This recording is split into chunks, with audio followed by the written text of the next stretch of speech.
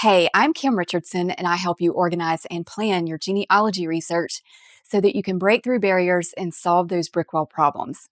Have I found everything? Have I gotten everything that there is in the location and time frame that I need to solve my genealogy mystery? Fortunately, there are some guidelines that we can follow to see if we have found everything or if we need to keep researching. The first thing that we need to do to get started is to write a really good research question.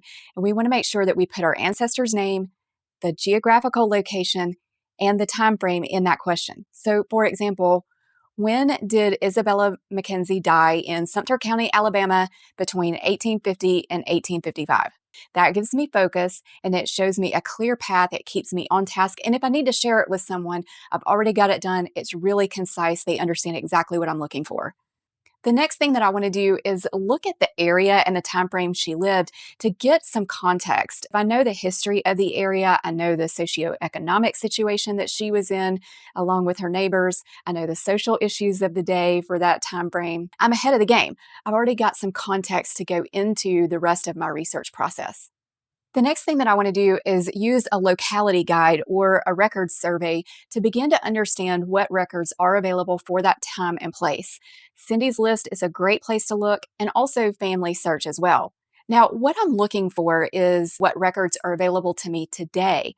And so I need to know when records started being recorded in that location so that I can determine whether my research question should be covered with records or not. I also want to know if there are any missing records, any time frames when records were lost, either due to natural disaster or because the records were just thrown away, or what happened to them. Where are those records? Are they held at the local courthouse or off-site or at an archival facility? That's what I'm looking for. And so places like Family Search are very helpful in this particular area. You can go to the research wiki. I'm going to show you how to do that really quickly.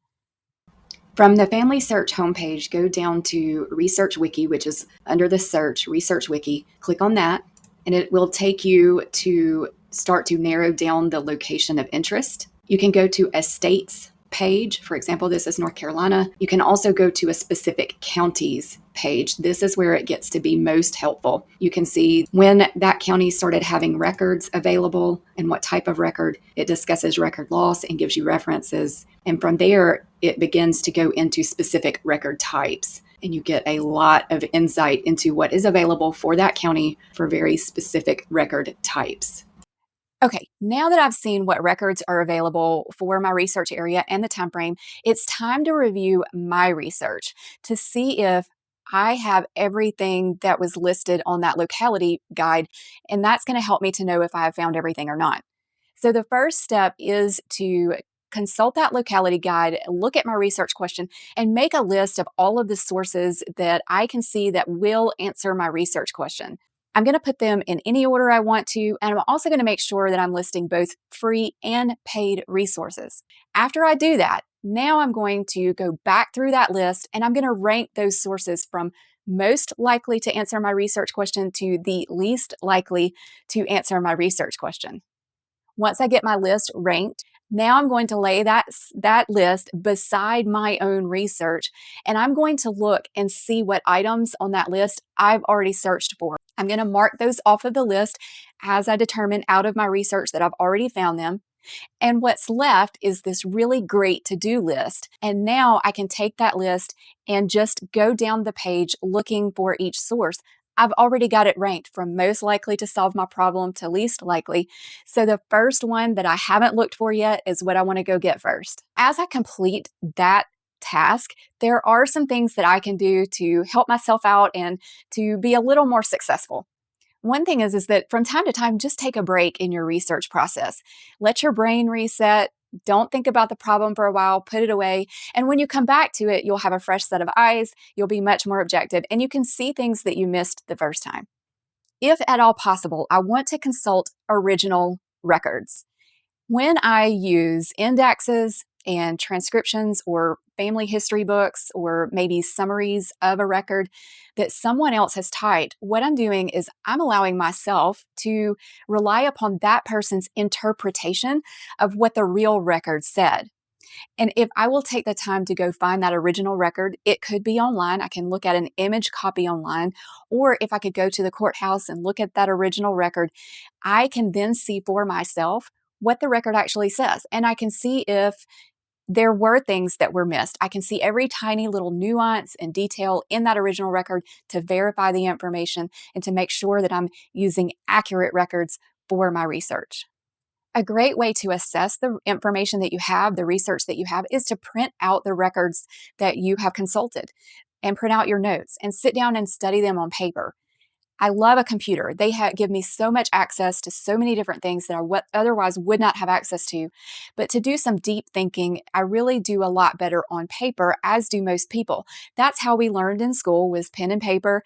When we use an electronic screen, we are not able to do as deep of an analysis because, one, the computer screen's very small, so we can only see a little bit at a time.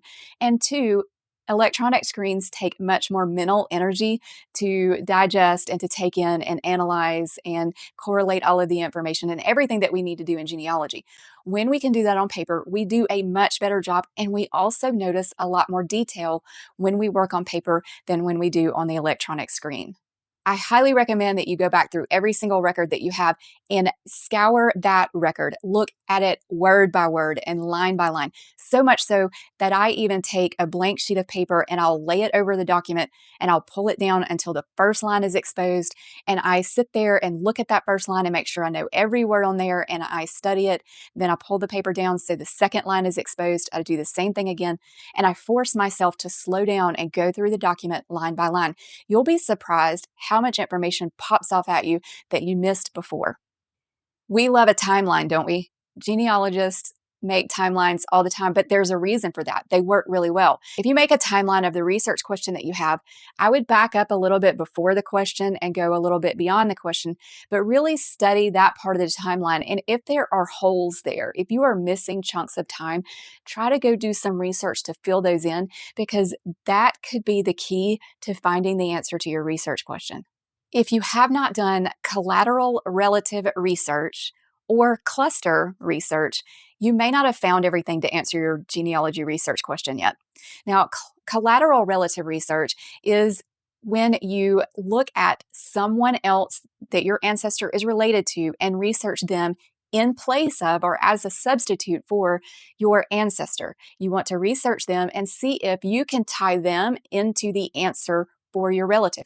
For example, if you cannot figure out who the parents of your ancestor are, but you can research maybe their sibling, and then you prove who that sibling's parents are, and you can tie your ancestor to the sibling to the parents, and now you've got that person, your target ancestor, tied nicely into that family. And it doesn't have to be a sibling. It could be a second cousin or whatever the relationship is, because eventually, when we go back in time, that ancestor is going to descend from that common ancestor. So if you can tie them into a family, that is going to be a big clue and a big help in answering your research question.